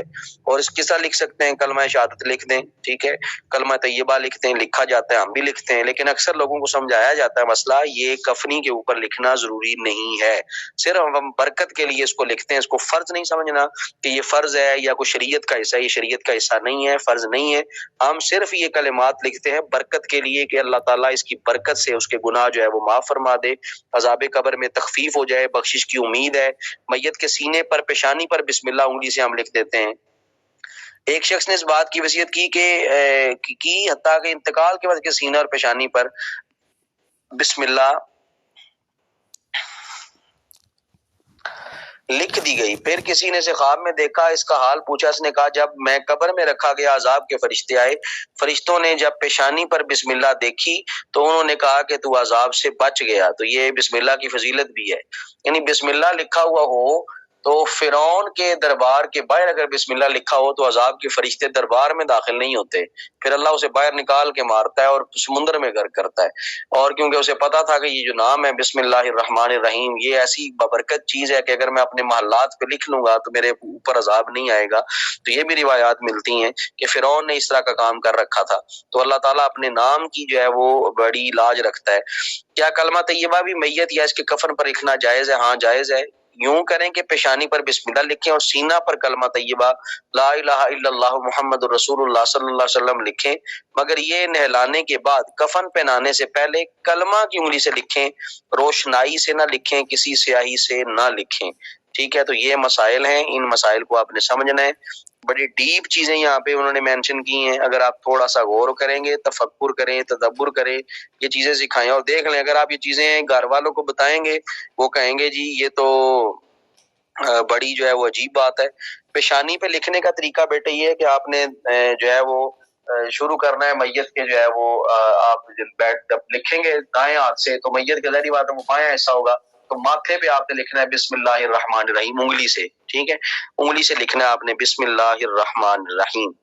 تو یہ طریقہ کار ہے لکھنے کا، ٹھیک ہے۔ تو یہ مسائل سمجھیں، ان مسائل کو بیان کریں اور بڑے طریقے کے ساتھ ایک حکمت عملی کے ساتھ آپ نے بیان کرنا ہے۔ اب آپ کا واسطہ اس قوم کے ساتھ ہے، اب آپ کا واسطہ ان لوگوں کے ساتھ ہے جو ان مسائل کو سننے کے بعد آپ پر وہابیزم کا فتویٰ لگائیں گے کہ یہ وہابی ہو گئے ہیں، ٹھیک ہے۔ حالانکہ ایسی بات نہیں ہے، کتاب لکھنے والے جو ہے وہ بالکل کٹر قسم کے بریلوی ہیں، اللہ تعالیٰ ان کی قبر پر کروڑوں رحمتیں نازل فرمائے، اور جو انہوں نے کتابوں کے حوالے دیے ہیں تو یہ بریلوی دیوبندی بننے سے پہلے کی کتابیں ہیں، در مختار، غنیہ، فتاوی طرخانی، رد المحتار، تو یہ ساری چیزیں جو ہمیں شریعت سکھائی جا رہی ہے، یہ بتا رہی ہے طریقہ کار کہ یہ اہل سنت کا منہج ہے، یہ اہل سنت کا طریقہ ہے، یہی جو ہے وہ نبی پاک صلی اللہ علیہ وسلم کا اور صحابہ کرام کا جو ہے وہ طریقہ کار رہا ہے، ہم نے اس پہ چلنا ہے، ٹھیک ہے، اس چیز کو فالو کرنا ہے۔ لیکن آپ طریقے سے چیز سمجھائیں گے، آپ کو خود اندازہ ہو جائے گا بہت ساری ایسی چیزیں ہیں جو ہم نے خود جنریٹ کی ہوئی ہیں اور پھر ہم ان پہ جھگڑا کر رہے ہیں کہ یہ وہابی ہے، یہ دیوبندی ہے، یہ اہل حدیث ہے، یہ فلاں ہے۔ حالانکہ ایسا نہیں ہے، اختلاف دیوبندیوں اور اہل حدیثوں سے ان کے عقائد پر، ان کی لغویات پہ ہے، نہ کہ ان چیزوں پہ ہمارا اختلاف ہے۔ تو یہ چیزیں آپ خود دیکھیں، آپ نے خود پڑھ لی ہیں، اب آپ کو اندازہ ہو جائے گا کہ شریعت کا دائرہ کار کیا ہے۔ یہ خاص کر جو دستانہ پارٹی آپ کو بہت خراب کرتی ہے نا، یہ دستانہ پارٹی کو بھی کم از کم پڑھوائیں کہ یہ ہماری کتابیں جناب یہ کہتی ہیں، آپ ہم پہ بہتان لگاتے ہیں، آپ ہم پہ الزام لگاتے ہیں، ایسے ہوتا ہے، ایسے ہوتا ہے، ایسے ہوتا ہے۔ جو لوگ کرتے ہیں وہ جاہل ہیں، انہیں نہیں اندازہ، ٹھیک ہے۔ انہیں سمجھایا جا سکتا ہے، سمجھانے کا ایک طریقہ ہے، سمجھانے کا ایک جو ہے وہ ایک آسان انداز ہونا چاہیے، لوگ سمجھیں گے بالکل۔ جب آپ مسئلہ بیان کریں گے، ان کو بتائیں گے ایسے نہیں ایسے کرنا ہے، اس کے یہ ثواب ہے، اس کا یہ عذاب ہے، تو لوگ بالکل مانیں گے۔ لیکن اس کے لیے آپ کو تھوڑا سا ورک کرنا پڑے گا، مشکلات آپ کے لیے ہوں گی، لوگ آپ کو جو ہے وہ سخت لہجے سے، سخت جملوں سے بھی مخاطب کریں گے، لیکن گھبرانا نہیں ہے۔ دین کے کام میں آپ کو جو ہے وہ رکاوٹیں بہت آئیں گی۔ اللہ تعالیٰ آپ سب کا ان تمام تر کاموں میں اور کفن پہ لکھنے کا طریقہ، وہ ایک مٹی ہوتی ہے بیٹے جس سے لکھا جاتا ہے، ٹھیک ہے، وہ مٹی ہوتی ہے، اس سے لکھا جاتا ہے کفن کے اوپر، ٹھیک ہے، وہ لکھ سکتے ہیں مٹی کے ساتھ، مارکر وغیرہ نہیں یوز کیے جاتے، تو اس پہ لکھا جاتا ہے۔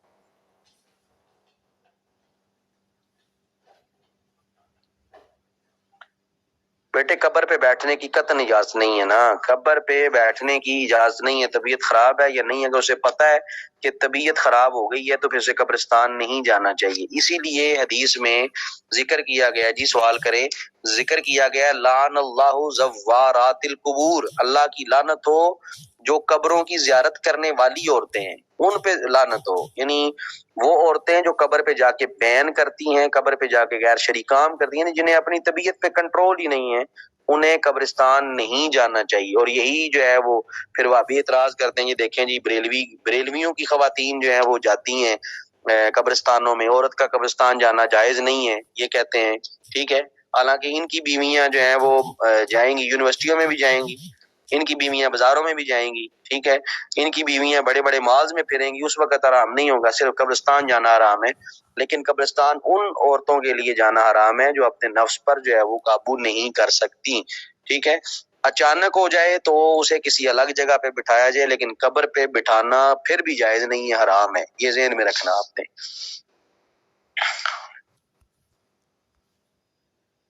نہیں بیٹے، کوئلے سے نہیں لکھا جانا چاہیے، کوئلے سے نہیں، مٹی ہوتی ہے، ٹھیک ہے، مٹی ہی سے لکھنا چاہیے۔ آگ کی بنی ہوئی کوئی بھی چیز ہے اس سے نہیں لکھنا چاہیے، جس کے اندر الکوہول ہے، جس طرح مارکر وغیرہ ہوتے ہیں، اس میں بھی یہ درست اور نہیں ہے۔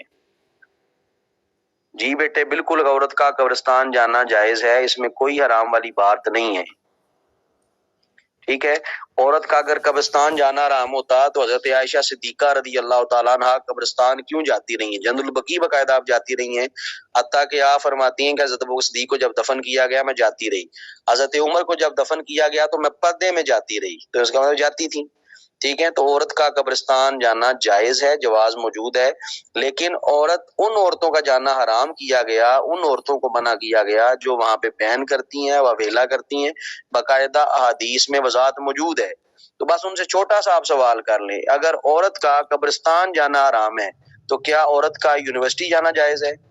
کیا عورت کا بازار جانا جائز ہے؟ کیا عورت کا شادیوں پہ جانا جائز ہے؟ بس اتنا، ان سے 3 سوال یہ والے کر لیں، اس کے بعد سارے معاملات ان کے ٹھنڈے ہو جاتے ہیں۔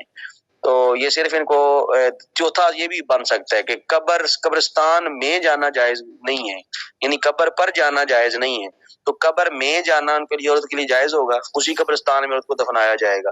تو عورت کو کس طرح آپ اتاریں گے؟ میں نے پہلے بھی آپ سے کہا تھا کہ ہیلی کاپٹر لے کے آ کے اس کو اتاریں گے قبرستان میں؟ نہیں۔ تو عورت قبرستان جا سکتی ہے، جواز موجود ہے، لیکن اس میں احتیاط یہی ہے کہ جو اپنے آپ پہ صبر کر سکتی ہے، شریعت کے دائرہ کار میں رہتی ہے، اسے جانا چاہیے، وگرنہ نہیں جانا، اسی میں ہی عافیت ہے۔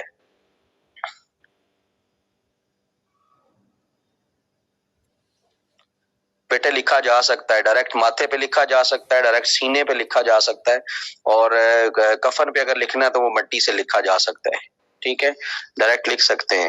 اور کوئی سوال؟ بیٹے عام مٹی ہوتی ہے، وہ مل جاتی ہے مٹی، یہ باقاعدہ جو کفن والے ہوتے ہیں ان کے پاس یہ مٹی ہوتی ہے جس پہ لکھا جاتا ہے۔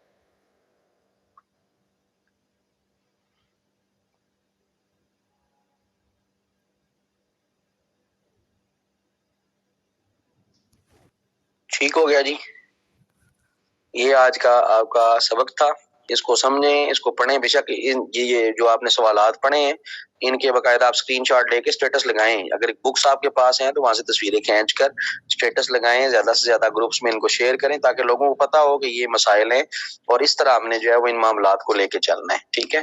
اللہ تعالیٰ آپ کا حامی و ناصر ہو۔ السلام علیکم ورحمۃ اللہ وبرکاتہ۔ الرحمن الرحیم، رب اشرح لي صدري ويسر لي امري واحلل عقدة من لساني يفقهوا قولي رب زدني علما رب زدني علما رب زد فزد آمين ثم آمين۔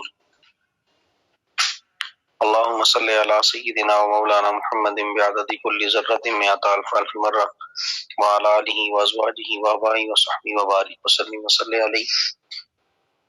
السلام علیکم ورحمۃ اللہ وبرکاتہ۔ آج ہم عطائے حبیب کا جو باب پڑھیں گے وہ ہے زیارت قبور، قبروں کی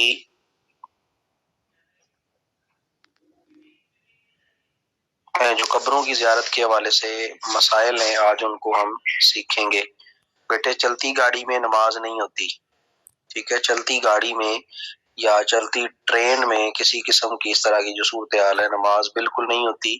وہ صرف سواری کے حوالے سے تھا، وہ سواری جس پہ آپ سوار ہیں، جو آپ کے تابع مثلا گھوڑا ہے، خچر ہے، آپ نے اس کا رخ جو ہے وہ قبلہ کی طرف کیا اور وہ قبلہ رخ چل رہی ہے تو پھر آپ اس پہ نماز پڑھیں، اور دوران نماز اگر وہ دائیں بائیں مڑ جاتی ہے تب بھی آپ کی جو ہے وہ نماز ہو جائے گی، لیکن اس میں بھی احتیاط کا پہلو جو ہے وہ رہتا ہے کہ قبلہ کی طرف اس کا منہ ہونا چاہیے، یعنی قبلہ کی طرف سفر ہو۔ تو گاڑی چلتی گاڑی میں کبھی بھی نماز نہیں ہوتی اور نہ ہی اس طرح پڑھنی چاہیے۔ زیارت قبور، کیا قبروں کی زیارت کرنا جو ہے وہ جائز ہے؟ قبروں کی زیارت کرنا مستحب بھی ہے، سنت بھی ہے، اور نبی پاک صلی اللہ علیہ وآلہ وسلم کا حکم بھی ہے۔ مسلم شریف کی حدیث ہے کہ نبی پاک صلی اللہ علیہ وسلم نے ارشاد فرمایا کہ قبروں کی زیارت کیا کرو، یعنی قبرستان جایا کرو۔ اور ابن ماجہ میں ہے کہ نبی پاک صلی اللہ علیہ وآلہ وسلم نے ارشاد فرمایا کہ قبروں کی زیارت کیا کرو، اس سے دنیا میں زہد پیدا ہوتا ہے اور آخرت کی یاد آتی ہے، مطلب انسان جو ہے وہ تقوی اور پرہیزگار ہو جاتا ہے، اور آخرت جو ہے وہ اس کو یاد رہتی ہے کہ میں نے ایک دن اس قبرستان میں آنا ہے، تو انسان پھر اچھے اعمال کرتا ہے، اس لیے آقا نے قبروں کی زیارت کرنے کا حکم بھی ارشاد فرمایا۔ کیا اس کے لیے کوئی خاص دن ہے قبروں کی زیارت کرنے کے لیے، قبرستان جانے کے لیے؟ جب چاہے انسان جا سکتا ہے۔ سب میں افضل دن زیارت کے لیے جمعے کا دن ہے، اس کے علاوہ جمعرات، ہفتہ یا پیر کا دن بھی ٹھیک ہے، تو زیادہ افضل دن جو ہے وہ جمعے کا، جمعے کے دن جو ہے وہ قبرستان جانا چاہیے۔ جمعرات بھی جا سکتے ہیں، ہفتہ بھی جا سکتے ہیں، پیر بھی جا سکتے ہیں، یعنی یہ اچھے دن شمار کی جاتے ہیں اور ان کی حکمتیں شریعت بہتر جانتی ہے، نبی پاک صلی اللہ علیہ وسلم کا یہ عمل رہا ہے، سنت رہی ہے، اس وجہ سے بھی جو ہے وہ یہ دن جو ہے وہ مخصوص کیے گئے ہیں۔ کیا اولیاء کے مزارات کی زیارت جائز ہے یا نہیں؟ جب حضور صلی اللہ علیہ وسلم نے قبروں کی زیارت کا حکم دیا ہے تو اس میں اولیاء کرام کی قبریں بھی آتی ہیں۔ حدیث شریف میں کہیں یہ نہیں آیا کہ اولیاء کی قبروں کی زیارت کے لیے نہ جانا، باقی دوسری قبروں کی زیارت کے لیے جو ہے وہ جانا، بلکہ جب عام مومن کی قبر کی زیارت کا حکم ہے تو اولیاء کرام کی قبر کی زیارت بدرجہ اولا بہتر ہے۔ تو جب یہ سیدھا سیدھا حکم ہے کہ کنت نہیتکم عن زیارت القبور فزروها، یعنی یہ لفظ ہے باقاعدہ حدیث کا کہ میں نے تمہیں قبروں کی زیارت سے روکا تھا، اب میں تمہیں قبروں کی زیارت کی اجازت دیتا ہوں، ٹھیک ہے۔ فزروها فانها تذکر الاخرہ، کہ یہ آخرت کو یاد دلاتی ہیں، تو اس میں پھر اولیاء کی قبریں بھی جو ہے وہ شامل ہیں، تو اولیاء کی قبروں پر بھی جانا بدرجہ اولا جو ہے وہ بہتر ہے۔ تو یہ سیدھا سیدھا جواب آپ کو اس سے مل جائے گا۔ کیا قبروں کی زیارت کے لیے سفر کرنا جائز ہے؟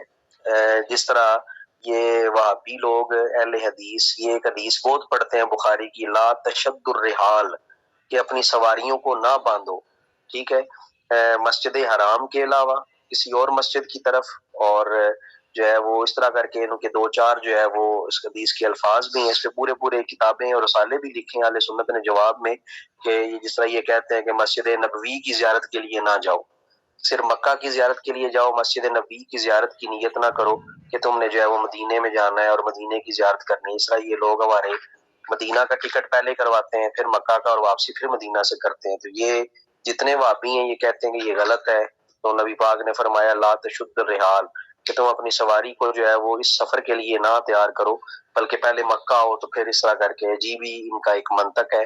بہرکیف یہاں پہ اسی چیز کے بارے میں ذکر کیا جا رہا ہے کہ کیا قبروں کی زیارت کے لیے سفر کرنا جائز ہے، کہ میں گولڈا شریف جا رہا ہوں، میں داتا صاحب جا رہا ہوں، یہ جا رہی ہوں، تو کیا یہ جائز ہے؟ جب ہمیں قبروں کی زیارت کا حکم ہے تو قبریں تو ہمارے پاس چل کر نہیں آئیں گی، ہم نہیں چل کے جانا ہے۔ جو قبروں کی زیارت کے لیے چل کر جانے کو اور سفر کرنے کو ناجائز اور حرام کہتے ہیں وہی بتا دیں کہ پھر زیارت کیسے کریں، کیونکہ قبرستان گھروں میں تو ہیں ہی نہیں کہ گھر بیٹھے بٹھائے جو ہے وہ زیارت کر لی جائے۔ بڑا بہترین اور یہ منطقی اور علمی جواب ہے، جو اگر تھوڑا سا غور کیا جائے تو اس کا مطلب ہے قبروں کی زیارت کے لیے سفر کیا جا سکتا ہے۔ کیا قبروں کی زیارت سے نفع یا فائدہ پہنچتا ہے؟ تو نبی پاک صلی اللہ علیہ وسلم نے زیارت کا حکم دیا تو لازمن ہے کہ فائدہ پہنچتا ہے، کیونکہ بے فائدہ کام کا حکم نبی پاک صلی اللہ علیہ وآلہ وسلم ارشاد نہیں فرماتے۔ سب سے بڑا فائدہ یہ ہے، یہ زہد کو بڑھاتا ہے اور آخرت کو یاد دلاتا ہے، یہ زیارت قبور کا یہ عمل ہے، تو اس لیے فائدہ ضرور اس کا ہے۔ کیا عورتیں بھی قبروں کی زیارت کے لیے جائیں؟ عورتوں کو جب نماز پنجگانہ کی جماعت کے لیے مسجد آنے سے روک دیا گیا ہے، اس سے فتنے کا اندیشہ ہے، تو قبروں کی زیارت بھی منع ہے، لہٰذا مت جائیں۔ فتاوی رضویہ میں اس کی تفصیل موجود ہے، آپ کو میں نے بات بتا دی ہے کہ پردے کی حالت میں اجازت ہے کہ عورتیں جا سکتی ہیں۔ اگر فتنے کا اندیشہ ہے، مثلا وہاں پہ بے پردگی ہے یا اور کوئی معاملات ہیں، تو اس صورت میں ان کو جو ہے وہ قبرستان پھر جو ہے وہ نہیں جانا چاہیے۔ لیکن یہ دھیان رکھنا چاہیے جو عورتیں بازار جا سکتی ہیں، کالج جا سکتی ہیں، یونیورسٹی جا سکتی ہیں، غیر محرموں کے ساتھ جو ہے وہ پڑھ سکتی ہیں، ٹرپس پہ جا سکتی ہیں، سارے معاملات کر سکتی ہیں، تو پھر ان کو قبرستان جانے سے کیوں روکا جاتا ہے؟ مجھے اس چیز کی جو ہے وہ آج تک سمجھ نہیں آئی، تو یہ کیا جو ہے وہ وجہ ہے؟ تو یہ جو قبرستان جانے سے روکا گیا ہے یہ فتنے کے اندیشے کی وجہ سے روکا گیا ہے، اور یہ فتنے بدرجہ اولا باقی تمام تر معاملات اور تمام تر عوامل میں موجود ہوتے ہیں، ان سے روکنا چاہیے، نہ کہ قبرستان سے روکنا چاہیے۔ بہرکیف اعلیٰ حضرت کا بھی یہی فتویٰ ہے کہ عورتیں قبرستان جو ہے وہ نہ جائیں کیونکہ فتنے کا اندیشہ ہے، ٹھیک ہے۔ تو اگر فتنے کا اندیشہ نہ ہو، باپردہ ہو کے جاتی ہیں، تو پھر اس کی اجازت اعلیٰ حضرت نے باقاعدہ اس پر جو ہے وہ بحث کی ہے کہ اگر وہ پردے کی حالت میں ہے، نقاب میں ہے اور مکمل شرعی پردہ ہے تو پھر اس کو جانے کی اجازت ہے۔ اگر کوئی غیر شرعی کام نہیں کرتی، بہن نہیں کرتی، کفریہ کلمات نہیں کہتی، تو پھر وہ قبرستان جا سکتی ہے۔ کیا عورتیں اپنے عزیزوں کی قبروں پر جا سکتی ہیں؟ وہاں بھی نہ جائیں، وہاں یہ جزا فضا کریں گی، یعنی وہاں پہ جا کے یہ پھر رونا دھونا کریں گی، تو ایسے ان کو روکنا چاہیے۔ بعض مزارات پر عورتیں بکثرت ہوتی ہیں اور دیگر غیر شرعی کام مثلا کھیل تماشے وغیرہ ہوتے ہیں، تو وہاں بھی زیارت کے لیے جائیں یا ان اسباب سے نہ جائیں؟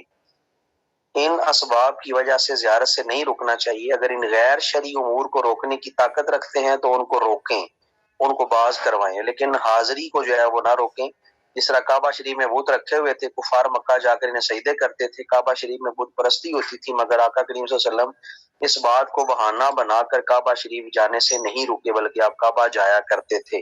تو ان چیزوں کو دیکھ کے جو ہے وہ نہیں رکنا چاہیے۔ اگر روکنا آپ چاہتے ہیں تو اپنے ہاتھ سے اس کو جو ہے وہ روکیں، اتنی طاقت ہے تو نہیں، تو زبان سے روکیں، زبان سے نہیں تو کم از کم دل میں اس کو برا جانے، یہی ایمان کا کم تر درجہ ہے۔ آگے بڑھیں۔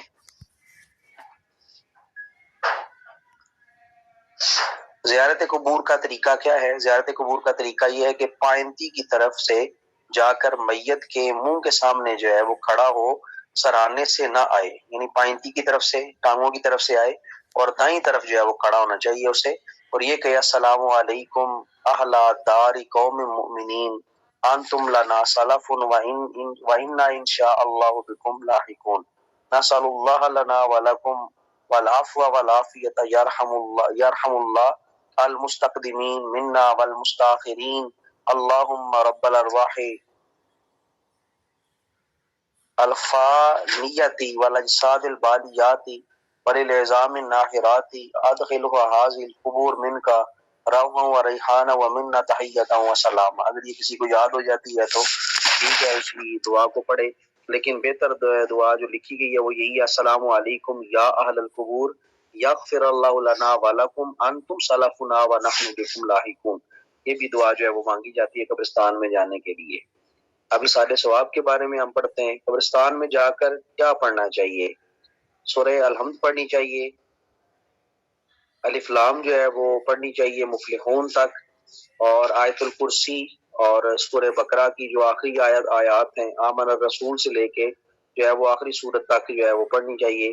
اس کے بعد سورہ یاسین پڑھ سکتے ہیں، تبارک الذی بیدہ الملک پڑھ سکتے ہیں، سورہ تکاثر پڑھ سکتے ہیں، سورہ اخلاص جو ہے وہ پڑھ سکتے ہیں۔ تو یہاں پر یہ بھی لکھا گیا ہے کہ قل هو اللہ احد 12 دفعہ پڑھے، یا چاہے تو 11، 7 یا 3 دفعہ پڑھ لے۔ پھر ان تمام صورتوں کا ثواب قبرستان میں جتنے لوگ دفن ہیں مومن مومنات ان کو پہنچائے۔ حدیث شریف میں ہے کہ جو 11 دفعہ سورہ اخلاص پڑھ کر فوت شدگان مومنین مومنات کو پہنچائے گا تو ان کے برابر ثواب ملے گا، یعنی تمام فوت شدگان کی تعداد کے برابر جو ہے وہ ثواب دیا جاتا ہے۔ جو بندہ پڑھ رہا ہوتا ہے اسے بھی اس کا ثواب جو ہے وہ ملتا ہے۔ تو یہ جو ہے وہ ہمیں سورہ اخلاص بھی جو ہے وہ پڑھنی چاہیے 11 مرتبہ، جب قبرستان جائیں تو 11 مرتبہ پڑھ کے جو ہے اس کو اس کا ثواب حاصل کریں۔ کیا قرآن مجید کی تلاوت کے علاوہ دیگر عبادات کا ثواب بھی فوت شدگان کو پہنچایا جا سکتا ہے؟ ہاں، تمام نیک اعمال کا پہنچایا جا سکتا ہے، مثلا نماز، روزہ، زکوٰۃ، حج، صدقات، ہر قسم کی عبادت کا ثواب انہیں پہنچایا جا سکتا ہے۔ ٹھیک ہے، مثلا آپ نے نفل پڑھے ہیں، نفل پڑھ کے دعا مانگے، اللہ جو ثواب ان نفل پڑھنے کا تیری بارگاہ میں مرتب ہوا ہے، یہ ثواب جو ہے وہ اپنی رحمت سے، اپنے فضل سے، اپنے کرم سے جو ہے وہ نبی پاک صلی اللہ علیہ وسلم سے لے کر جتنے بھی دنیا سے جو ہے وہ اشخاص رخصت ہوئے، مقدس ان کو پہنچا، اور پھر جو ہے وہ جس کے لیے آپ نے سال ثواب کرنے اس کو اس کا ثواب وصال کر پہنچایا جا سکتا ہے۔ ایک عمل دوسرے کو فائدہ دیتا ہے۔ ان کے حصے کی قضا نمازیں نہیں پڑھ سکتے، ان کے حصے کی قضا نمازیں جو ہے وہ نہیں پڑھی جائیں گی، ان کا کوئی جو ہے وہ ان کو ثواب اس طرح کا یہ نہیں کہ قضا نمازیں وہ کر گئے اور آپ پڑھیں، اور قضا روزے وہ جو ہے ان کے آپ نہیں رکھ سکتے۔ جو ان کے ذمے قضا ہے وہ انہی کی قضا ہے، جو فرض انہوں نے چھوڑے ہیں وہ ان کے ذمے ہی ہیں، لیکن یہ ہم کر سکتے ہیں صرف اس کا ثواب ان کو پہنچا سکتے ہیں، لیکن ان کے جو قضا کا گناہ ہے وہ ان کے اوپر جو ہے وہ باقی رہے گا۔ ایک شخص سورہ یاسین یا کوئی سورت یا نفل نماز یا کسی اور عبادت کا ثواب تمام فوت شدگان مومنین مومنات کو پہنچاتا ہے، تو کیا یہ ثواب ان تمام آگے کریں ان تمام میں حصہ سے تقسیم ہو کر انہیں ملے گا؟ اللہ تعالیٰ کی رحمت سے امید ہے کہ سب کو پورا ثواب عطا ہوگا، یعنی اگر کسی نے ایک دفعہ سورہ یاسین پڑھ کر سب کو اسی کا ثواب جو ہے وہ پہنچایا تو بارگاہ الہی میں ایک سورہ یاسین کا ثواب ہر ایک کو دیا جائے گا۔ یہ نہیں کہ اس کے حصے کر لیے جائیں گے، اگر آپ نے 100 بندوں کا نام لیا ہے تو وہ ثواب اگر 100 ملنا تو 10 سب کو جو ہے وہ یا ایک سب کو ملے گا، اس طرح نہیں ہوتا، بلکہ پورا ثواب ہر ایک بندے کو الگ الگ جو ہے وہ دیا جاتا ہے۔ فدیہ دے سکتے ہیں لیکن فدیے سے قضا نہیں ہوتی، یہ ذہن میں رکھنا آپ نے، فدیے سے قضا نہیں ہوتی، صرف ایک امید ہے کہ اللہ تعالیٰ جو ہے وہ اس میں تخفیف فرما دے گا، عذاب میں تخفیف ہو جائے گی، لیکن فدیے سے یہ چیز جو ہے وہ بالکل معاف نہیں ہوتی. اگر کوئی بیمار ہے تو ہاں، جو بالکل نماز نہیں پڑھ سکتا، اتنا بیمار ہو گیا کہ وہ اب نماز کے قابل ہی نہیں رہا، وہ اٹھ بھی نہیں پا رہا، وضو بھی نہیں کر پا رہا، یعنی اب اسے ہوش بھی نہیں رہی، تو ایک تو پہلی بات ہے اگر وہ بالکل مدہوش ہو چکا ہے، اسے ہوش ہی نہیں ہے اور نزا کا وقت اس کا قریب ہے، پھر تو اسے جو ہے وہ شریعت کا حکم ہی اٹھ جاتا ہے. تو فدیہ اس صورت میں ہے کہ اگر وہ جو ہے وہ نماز قضا نہیں کرتا تو صرف اس امید پر کہ ہو سکتا ہے کہ اللہ تعالیٰ معاف فرما دے یہ دے، لیکن قضا کبھی بھی معاف نہیں ہوتی ہے. آپ نے ذہن میں رکھنا ہے کہ جتنا مرضی فدیہ جو ہے وہ ادا کر لیں، فدیہ ایک جو ہے وہ ہیلا ہے. جی بالکل ہو سکتا ہے، فوت شدہ کے نام کی قربانی بھی ہو سکتی ہے، حج عمرہ بھی ہو سکتا ہے. مطلب یہ ہے کہ ان کو ثواب اس کا ملے گا، ٹھیک ہے، ان کو اس کا ثواب اصال کیا جا سکتا ہے. یہ اصل بھی جس طرح نبی پاک صلی اللہ علیہ وآلہ وسلم نے اپنی تمام غریب امت کی طرف سے قیامت تک کے لیے جتنے بھی امتی آنے تھے سب کی طرف سے آپ نے قربانی فرمائی ہے تاکہ ان کا ثواب جو ہے وہ میرے تمام امتیوں کو جو ہے وہ ملتا رہے. جس نے سورہ پڑھی یا نفل پڑھے اور اس کا ثواب فوجدگان کو بخش دیا، کیا اس پڑھ کر بخشنے والے کو بھی ثواب بارگاہ الہی سے ہے؟ یعنی ثواب اس نے دے دیا تو کیا اسے خود بھی ثواب ملے گا یا نہیں؟ تو پڑھنے والا بخشنے والے نے 1 کروڑ فوجدگان کو ثواب پہنچانے کی اپنے پروردگار کی بارگاہ میں درخواست کی. جتنا ثواب 1 کروڑ کو ملے گا ان سب کے مجموعے کے برابر اس بخشنے والے کو جو ہے وہ ثواب دیا جاتا ہے. مطلب جس کو وہ بخش رہا ہے، جتنے لوگوں کا وہ نام لے گا، جتنا ثواب ان سب کو ملے گا، کولیکٹیولی سارا ثواب اٹھا کے جو ہے وہ اس کو بھی دیا جاتا ہے.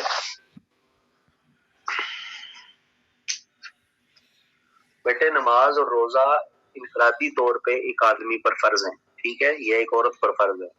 نماز ایک مستقل عبادت ہے جو انفرادی طور پہ ہوتی ہے، روزہ ایک مستقل عبادت ہے جو انفرادی طور پہ، اسی طرح حج جو اس پر فرض تھا اس نے نہیں کیا، وہ بھی انفرادی طور پہ اس پہ فرض تھا، ٹھیک ہے.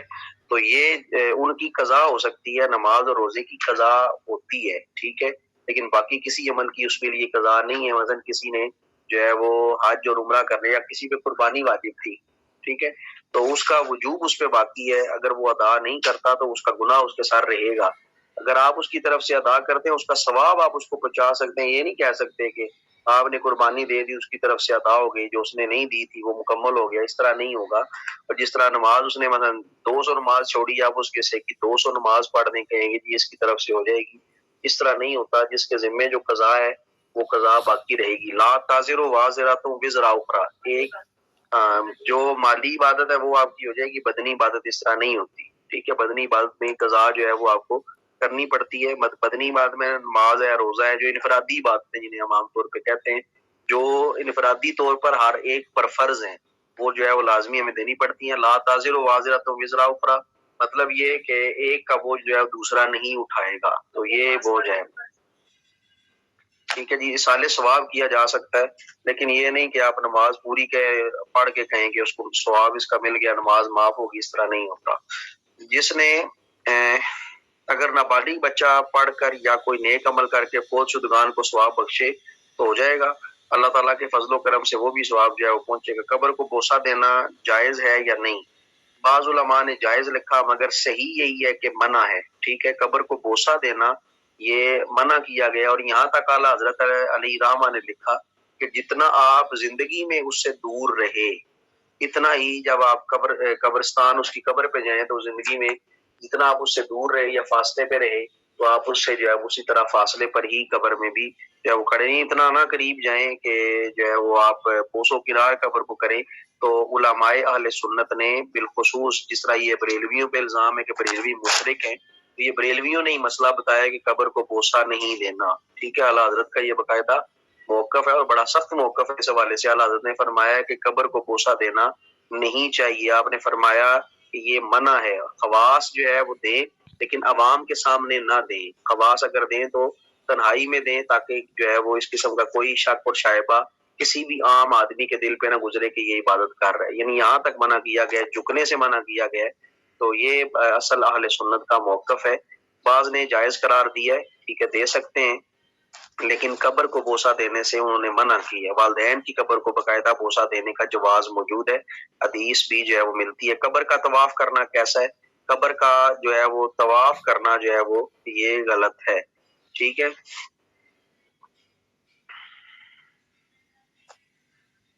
کوئی آدمی جو ہے وہ قبر کے گرد پھرتا ہے اور جو ہے ہے وہ میں بار اس چیز کو بالکل نہیں قطن مانتا. یہ مسئلہ ہو سکتا ہے کہ کاتب کی غلطی بھی ہو کہ برکت کی خاطر مزار کے گرد اگر کوئی پھرتا ہے تو عرض نہیں ہے، تو اسے طواف نہ سمجھے. پر یہ غلط ہے جی، جس طرح بھی وہ گھومے پھرے قبر کے ارد گرد جو ہے وہ نہیں، یہ درست ہی نہیں ہے. ٹھیک ہے، نہیں لگانے چاہیے. ٹھیک ہے، 7 چکر کیا میں کہتا ہوں 1 چکر بھی نہیں لگانا چاہیے اس قبر کے گرد. ٹھیک ہے، جو طریقہ بتایا گیا کہ پائنتی کی طرف سے آئیں اور سرانے کے قریب جو ہے وہ کھڑے ہو جائیں، دعا مانگیں اور بس اپنا کام کریں اور چلے جائیں. یہ طواف وغیرہ یا قبر کے گرد گھومنے شومنے والا کوئی جو ہے وہ چکر نہیں کرنا چاہیے انسان کو. یہ آج کے مسائل ہیں. اللہ تعالیٰ عمل کرنے کی، ان کو سمجھنے کی توفیق عطا فرمائے. انشاءاللہ بعد میں پھر ہم دفن کے جو بعد میت کو تلقین کی جاتی ہے اس حوالے سے پڑھیں گے اور دیکھیں گے کہ تلقین کیسے کی جاتی ہے، اس کا مطلب کیا ہے. اللہ تعالیٰ آپ کا حامی و ناصر ہو. السلام علیکم ورحمۃ اللہ وبرکاتہ.